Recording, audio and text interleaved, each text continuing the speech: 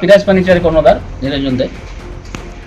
প্রথমেই সকল সাংবাদিক বন্ধুদের বা ভাইদের ধন্যবাদ জানাবো এখানে আসার জন্য, আমাদের আবেদনকে। সমস্ত খোয়াইবাসীকে আমার অসংখ্য শুভেচ্ছা অভিনন্দন। আমাদের এই বাপিরাজ ফার্নিচার মোটামুটি আপনার 1 বছরের বর্ষপূর্তি হতে চলছে 3রা ফেব্রুয়ারি। ওই 3রা ফেব্রুয়ারিতে আমাদের একটা সাংস্কৃতিক অনুষ্ঠানের মাধ্যমে আমরা একটা লটারির আয়োজন করেছি। যেসব মানে ক্রেতারা মোটামুটি আমাদের 2 থেকে 2.5 মাস চলছে এই স্কিমটা, যারা অন্ততপক্ষে 5,000 জিনিস ক্রয় করেছেন তাদেরকে আমরা কুপন দিয়েছি। ওই কুপনের মাধ্যমে আমরা মানে 3 জন ভাগ্যবান ক্রেতাদেরকে আমরা সিলেকশন করবো, করে তাদের মধ্যে প্রাইজ ডিস্ট্রিবিউশন করবো। আমি চাইবো আপনারা যারা বুঝে আছেন সবাই আসবেন ওই দিকটাতে। অসংখ্য ধন্যবাদ।